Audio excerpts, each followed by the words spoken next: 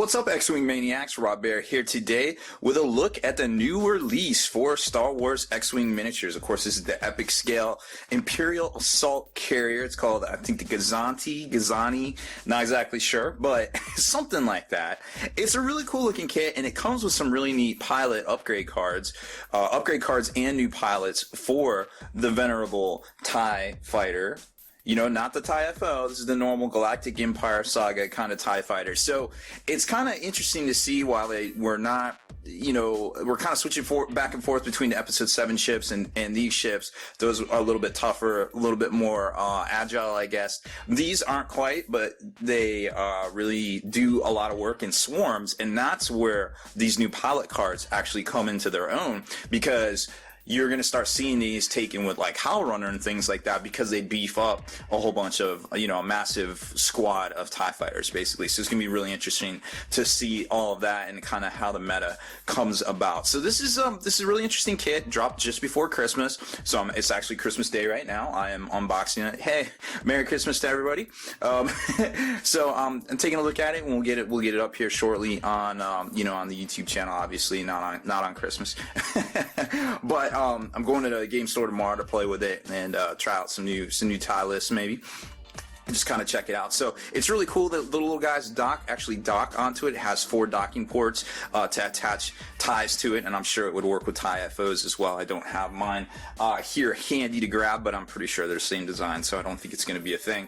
And it does hold up to 4 ships, and it's really cool how that works, and we'll take a quick look at it here in a second. But before we get to all that, I would like to invite you to stay in the trenches. Make sure you subscribe to this YouTube channel. Check out the blog, spikybitsblog.com. There's a whole bunch of other X-Wing unboxing articles, tactics articles, squad list articles. We cover Armada, we cover X-Wing, we cover a lot of different stuff up on there. We try to do a battle report every week, and we got a new kind of bird's eye view battle report kind of style that's coming out here soon as I get to edit it. It's going to be a big deal. I want to sit down and spend a lot of time on it because I really like this new format. So make sure you jump on over there, check all that out, and become a veteran of the Long War. That's www.thelongwar.net, because you get exclusive access, early access videos, and more over there as well.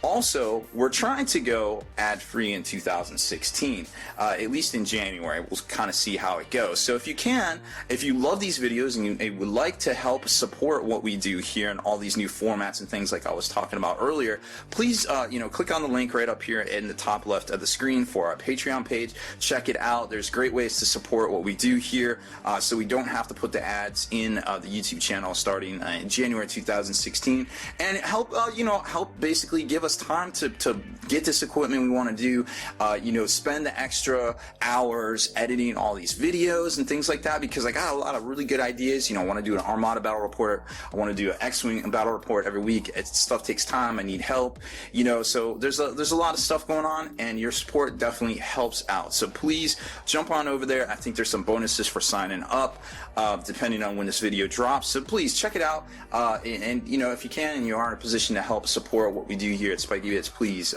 do so. We would super appreciate it. Alright, well, let's take a closer look at this guy here.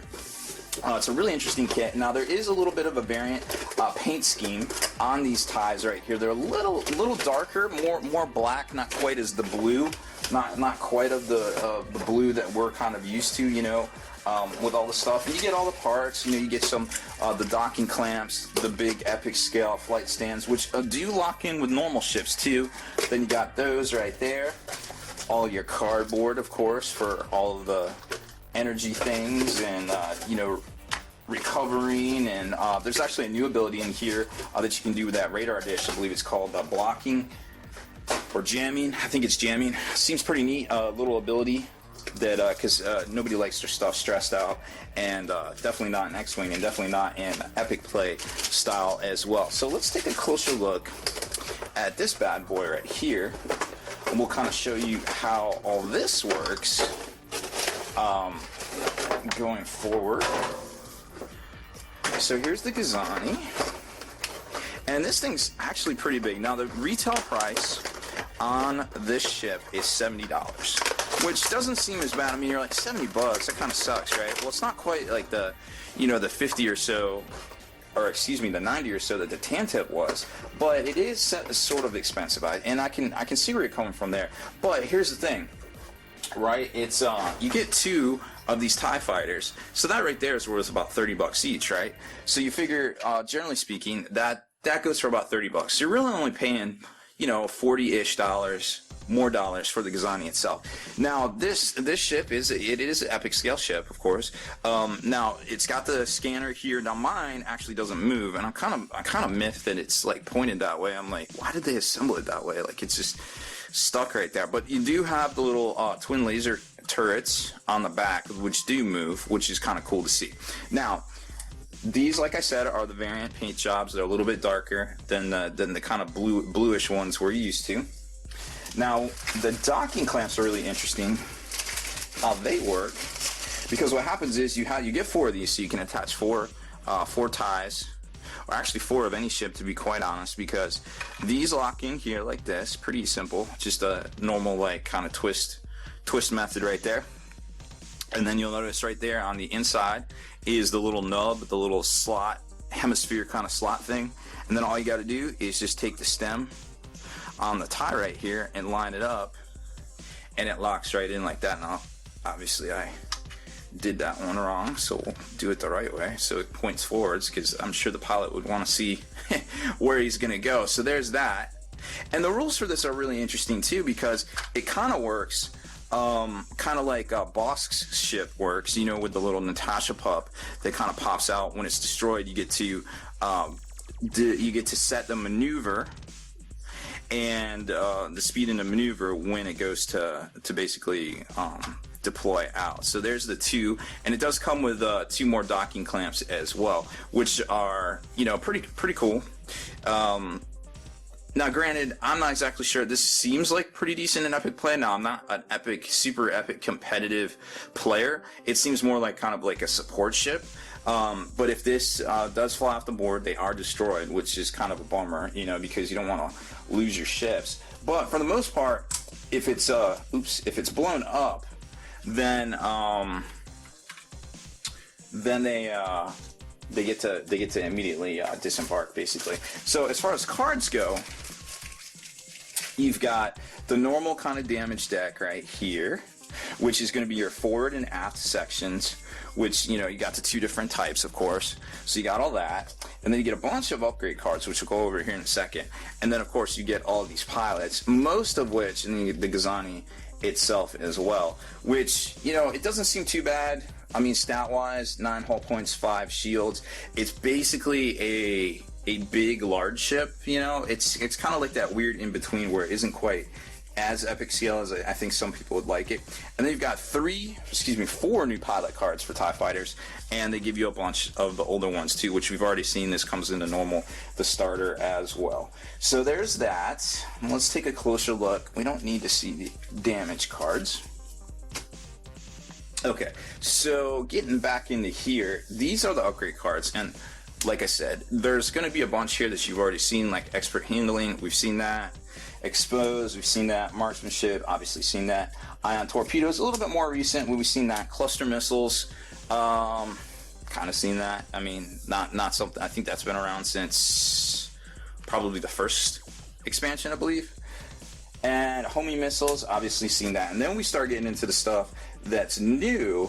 But a lot of this is going to be something that only works with epic scale.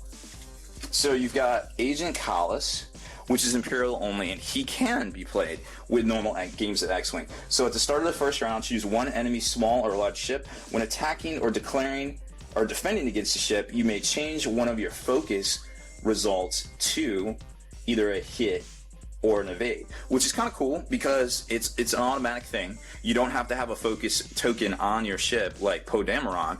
You know, it's kind of cool. I could see how it would be good. And then you got Construction Droid, which is huge ship only limited. When you perform a recover action, you may spend 1 energy to discard 1 face down damage card.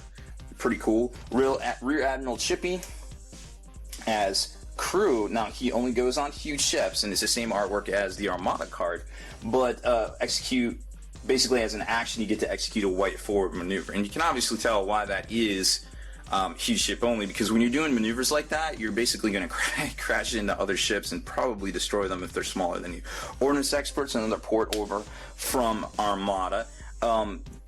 Obviously, it's only going to work with larger ships or huge ships. Once per round, when a friendly ship is at range 1 to 3, performs an action with a proton torpedo or missile secondary weapon, it may change one of the blank results to an explosion.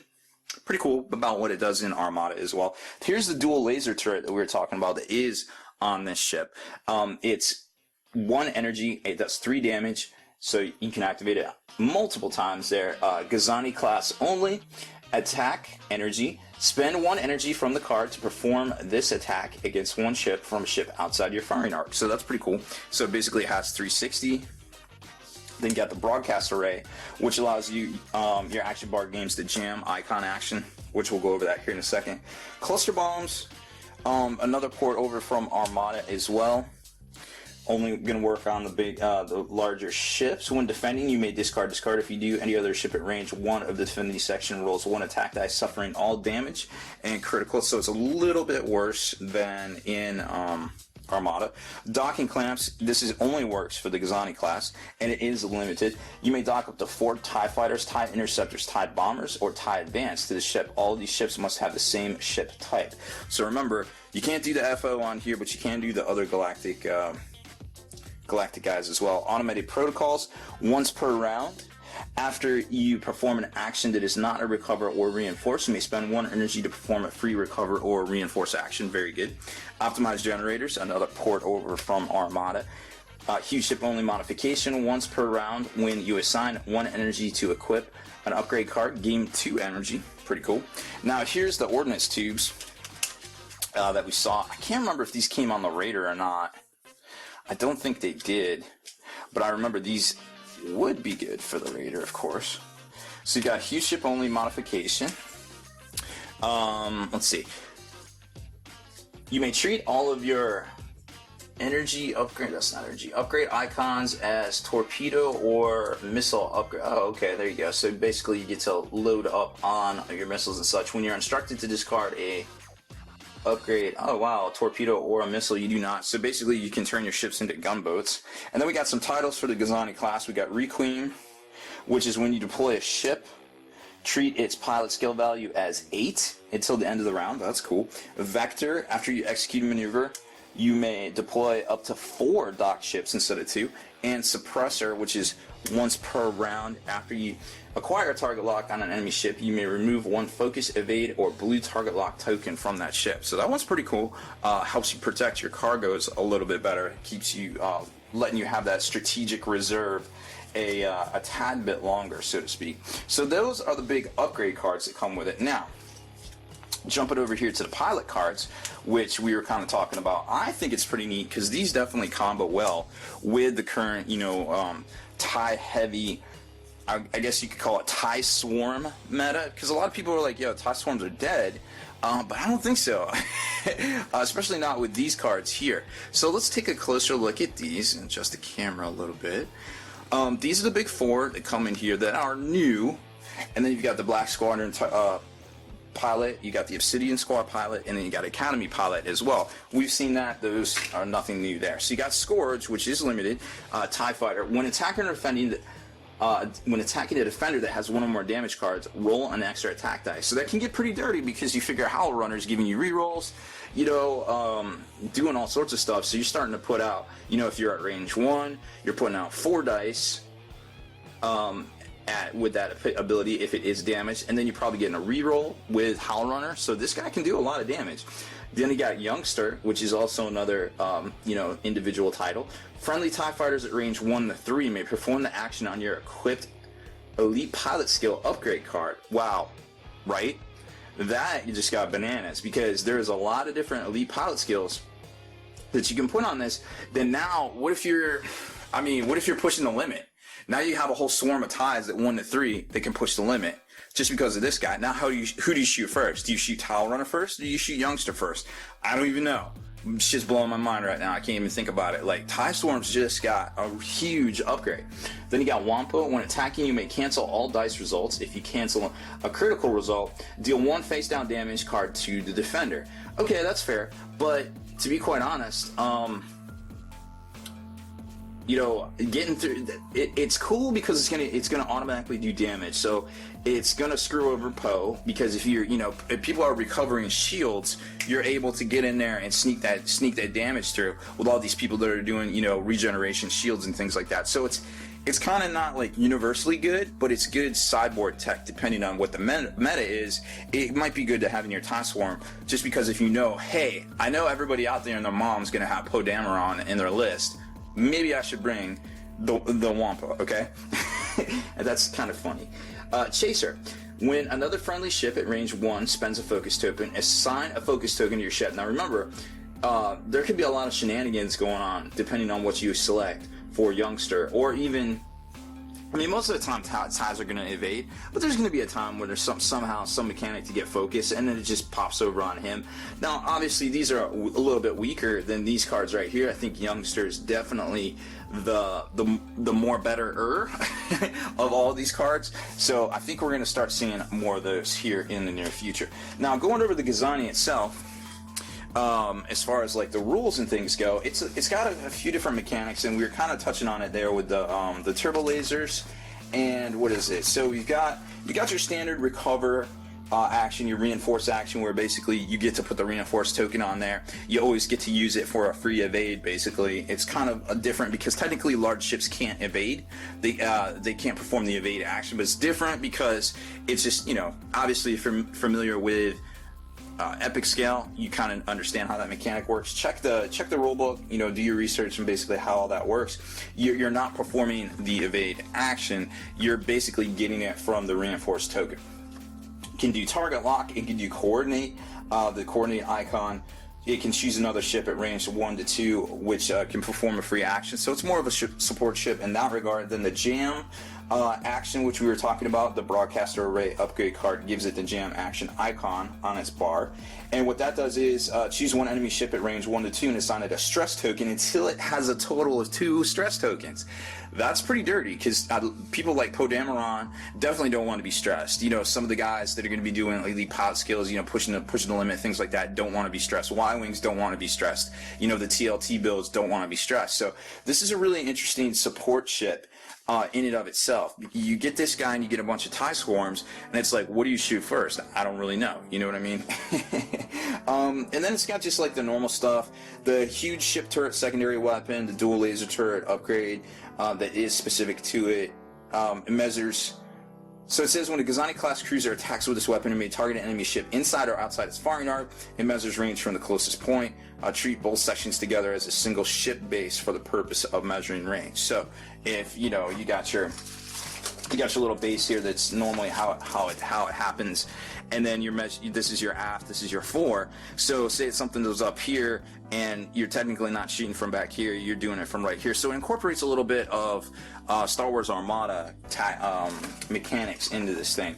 And then if you actually read over a lot of the mechanics for basically targeting and doing things like this is basically your arc, your hull zone.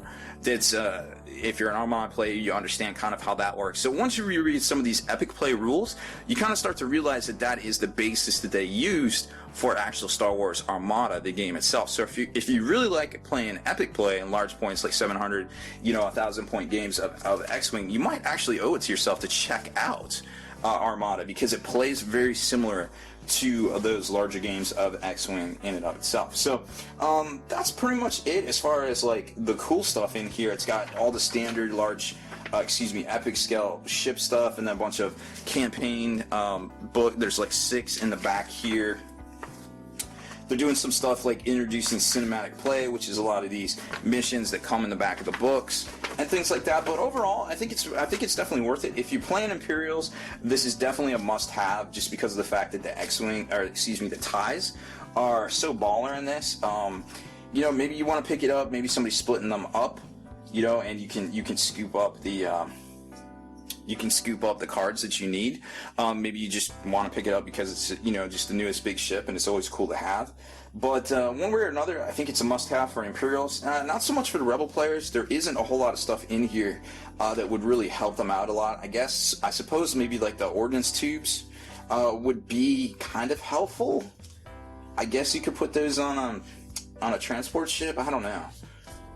But overall, I think this is more Epic Play. It's a must-have. Imperials, it's a must-have. Rebels, maybe not so much.